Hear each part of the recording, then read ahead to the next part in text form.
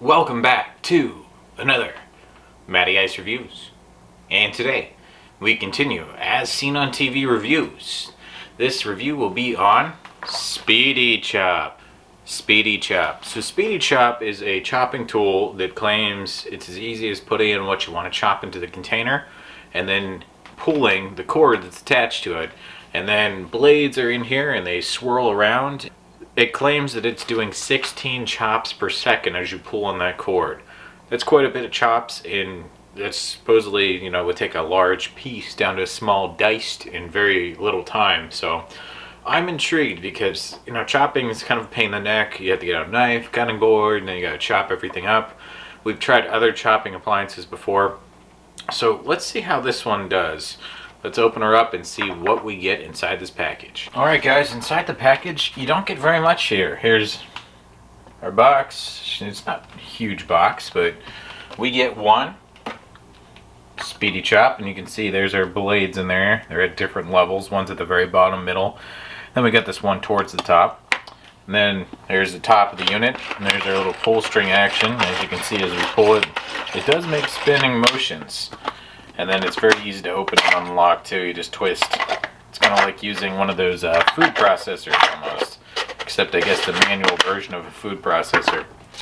So when we're using Speedy Chop, you need to cut your pieces of vegetable or whatever into small golf ball sized chunks, and then you might need to chop harder foods into even smaller chunks to actually get them to chop properly. You can't just drop a whole tomato in here and expect it to chop it up. Fair enough, we can work with that. So let's start with some softer vegetables. What I've got is actually a fruit. I picked up some of these Lorabella Blossom tomatoes, the orange ones. Very tasty. I've got a couple of these.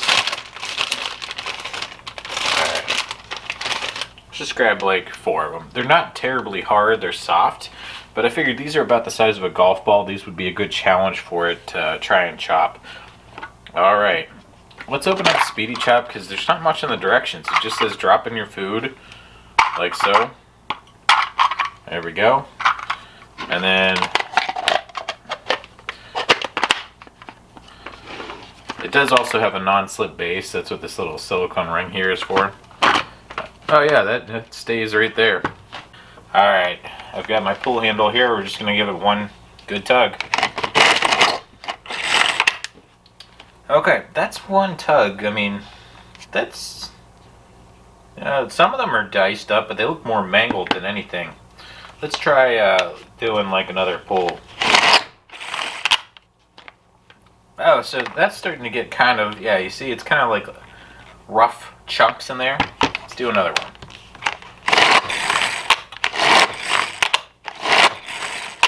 Okay, that's 5 total pulls, and that, that actually looks like it's diced pretty well. Let's open it up. Alright, there's what we wound up with. Yeah, it's diced, but as you can see, some of these chunks are still very large. Some of them are nice and fine. This would be nice for making salsa. I mean, this would do a very good job at chopping that. Okay, and cleanup is a breeze. All I did was really rinse it out. And it's clean. It's ready to use another, chopping on. So let's try something a little bit harder than, just some soft tomatoes. Cucumber. So we've now got 4 pieces, and these are much smaller than a golf ball would be. They should have no problem being chopped up in here. But a cucumber is a little hardier, I guess, than a tomato. So let's see how that does. And let's give her the pull. Let's see what happens. Oh, we got a problem. It's jammed up. Can't turn. So, if you look in here, you can see where we've got some slices through things, but it got jammed up. There was too much food in here. So, we got our first failure. But as you can see, it's turned a couple of these and they're stuck under the blades. Well, that's not good. Alright, I've removed one of the chunks. We'll see if we can't get some results with that, but that's not a good sign. That's a very small amount of cucumber in there, and let's just do 2 this time. We'll go light. Okay, 2 pieces of cucumber. 1, 2. There we go.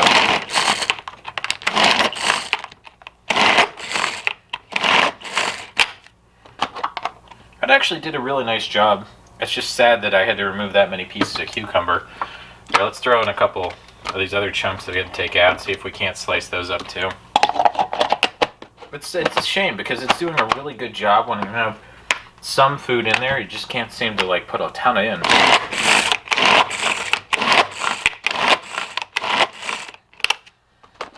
Look at that. That's actually pretty nice. I mean, this is really nice. I have no idea why you'd want to dice a cucumber this way, but if you did, it's possible. Alright, so cucumber was okay. It wasn't great, but let's try something else. Let's try an onion, another vegetable that no one really wants to chop by hand if they can avoid it. 1, 2, 3, 4. I should have no problem chopping that. That's very little material in there. Okay, here we go. 4 pieces of onion. Let's do 1 pull. It actually made it all the way through. We got some chunks of different sizes. Let's give it 5 pulls that we've been doing. 2, 3, 4, 5.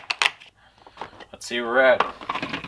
Yeah, that did a nice job. I mean, onion's one of those things that no one wants to chop because your eyes end up burning or you can't get a good chunk size on it.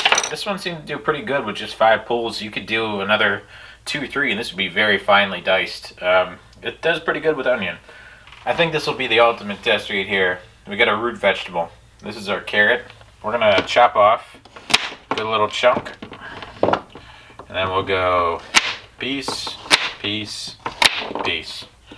4 pieces, not very much, and that's not a huge carrot, but it is hard carrot.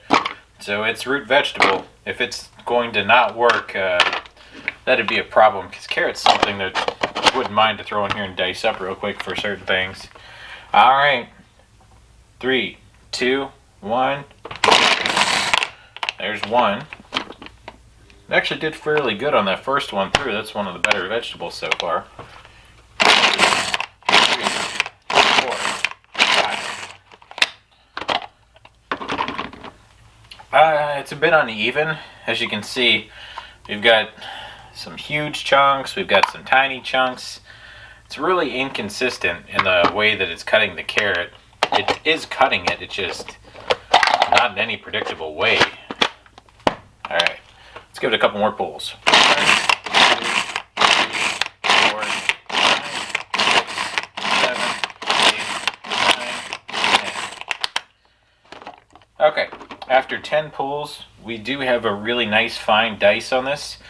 We still have some large chunks, but most of them are small, so it is working, and it is cutting through it.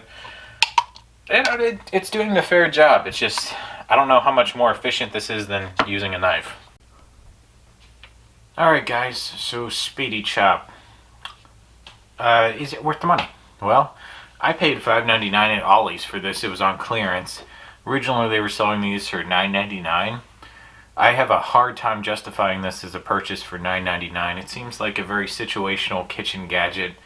I don't know when this would be more effective or more efficient than using a food processor, for example, or just getting out your, knife. It says it'll do nuts as well, and I'm sure it could, but again, I'm very disappointed at the volume. This seems like it's more geared towards single-serve stuff or very small chopping jobs.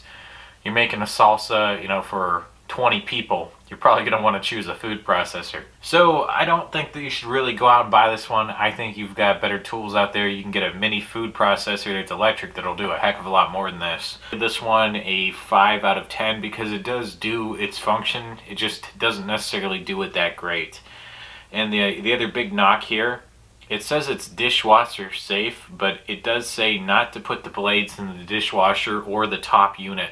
The only thing you're supposed to put in the dishwasher is the actual plastic piece on the bottom. So I think that's kind of misleading and, potentially dangerous. So, pass on this one, guys. Alright, guys. That'll do it for this one. We'll catch you next time.